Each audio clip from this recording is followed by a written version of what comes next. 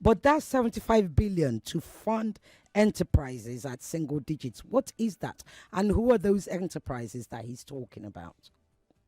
So he promised to give enterprises 75 billion and 1 billion to each of them at 9%. And they are mostly in the manufacturing sector. Right. And the idea of this as a single interest rate, the idea of this is to boost production. Okay. Right now, a lot of manufacturing firms are facing serious headwinds. They are facing so many challenges. And I would like talking for broken, say You Kasala. feel talking for broken, Kasala. We're on down for talk it as you feel it.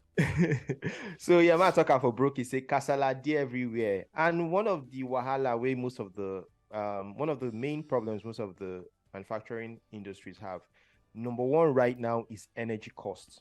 The energy cost for most manufacturing firms have gone up by over 50%. So for some as high as 70%. And now it's a problem because they need to pass that cost to you and I, who are the final consumers. There's a limit to what people can buy. And that's, if you check your economics, after when a product becomes expensive to a certain extent, people start to look for alternatives. So people start to look for, is this thing really necessary? So if I was taking tea and bread in the morning, so I had my milk and my cocoa in the morning, and all of a sudden it seems like that's the milk and the cocoa that I was taking to spice up my life every morning is now costing me as above what I normally would want to have for breakfast. I'll start to look for alternatives. Either I decide to go for either the cocoa, or I start to go for only just the milk, or I start to look for alternative. What is even the cheaper way? I can even try and get maybe a bit of soda and dilute it very well. At least it tastes like a sugary drink, and I can have it with my bread. And that's an alternative. Once that people start to seek alternatives, it means that the production for that production firm, whatever company that is, they start to see a slump in the demand for their goods. Yeah. What it means is that they start to see a slump in demand for their goods because they are priced high. They're already facing energy costs. The people that work with them, they might need to, cut down a bit or start to cut down on production. And people work in those places, they pay shareholders. So it's a ripple effect. So what the government is trying to do is we're saying, okay, we're going to give you this money at a single interest rate, which is lower than anywhere you would get it right now. So you're going to take that cost and then reduce the cost of your goods and spread it over 60 months for you. What it means is after a while, you're going to have enough cushion for you to buy raw materials, subsidize energy cost, and then keep your people in the workforce. So, and looking at the big MSMEs, and I'm sure they're going to give it to the likes of I was going to say to you, who are these big manufacturers, for instance? So I'm going to use not Dangote. No, Dangote, definitely not Dangote. Please, we won't have that. Not again. No, definitely not Dangote. But they're going to go after people that they know will have a direct impact. So if they are going to go after people like, I don't know who are the people that are struggling now, but big names like, say, Bonvita, okay, Cadbury, okay, they can decide to do that because they know that these guys have the integrity. Right. And if they give them the money, they are not going to want to do anything shady. Go and buy a house in Banana. They're accountable. Yeah, they're accountable to the government. They're accountable to their shareholders. Okay. And that money, they can see the effects of the money in the economy. Okay, brilliant. So the second one then is 125 billion to energize MSMEs. So the government has broken the 125 billion. They've broken it down to say we're giving conditional grants to some MSMEs. Now, they've seen that if you check Nigeria, over 80% of the businesses are micro and small businesses. When we hear MSMEs, for people we know, Sabi, MSME mean micro, small, and medium enterprises. Yep.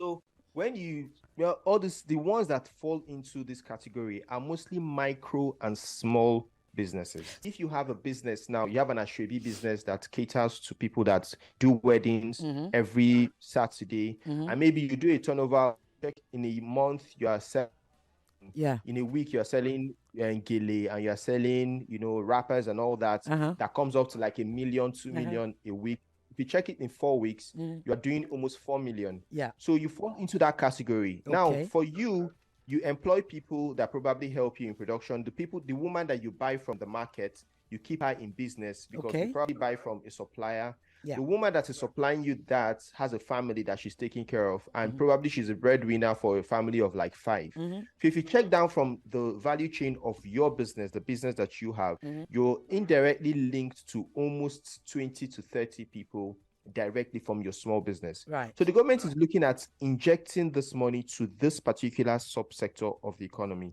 The people that have a direct impact in production. Yeah. Not about, coming to one large decision and saying we're throwing 300. But if you can fund MSMEs accurately, not the one that they go say, I go carry the money, give MSMEs, and then it finds its way into places that are not, that exactly. Are not. Yes. Yeah. But if you can adequately fund the MSMEs and boost their own capacity, you can see the multiplier effect in the economy. Right. Okay. Moving on to the next one. 200,000 metric tons of grains to be released. To whom is he releasing that to? So the government, can you hear me? Yes, we can. Yes, we can.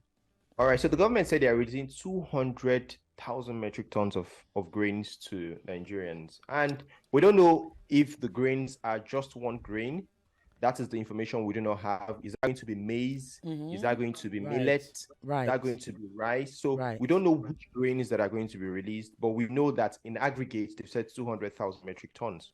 That is a good initiative because what it does is that once there's adequate supply of anything, it drives down the cost.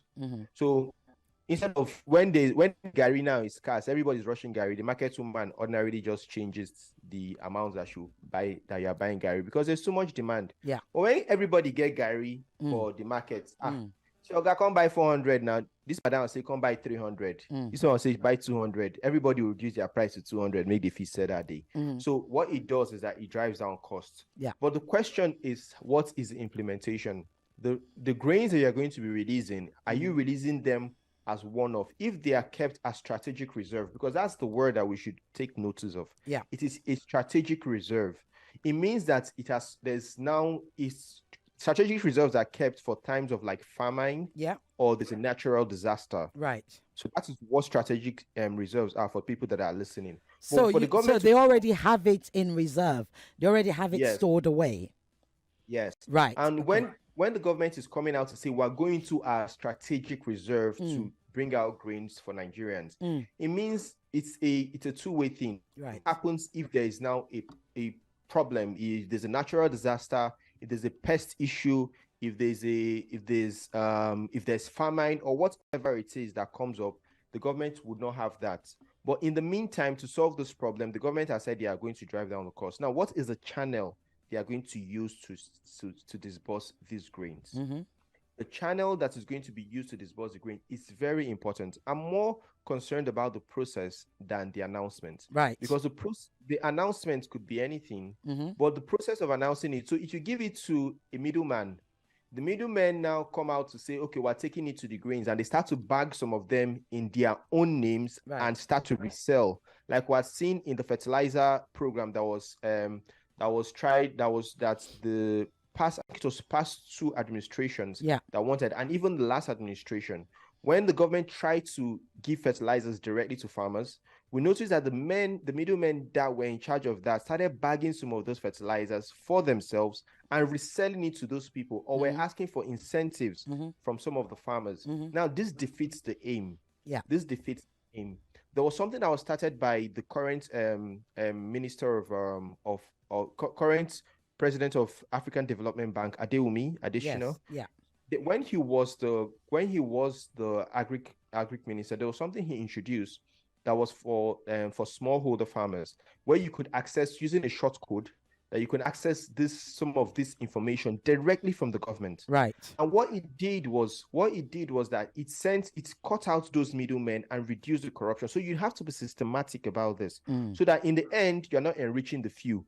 but you are getting adequate value for the program that you have earmarked. Right. And that comes up to the people that are going to be in charge of this program. We need to have people that are thinking beyond just politics and thinking for the people, for you and I.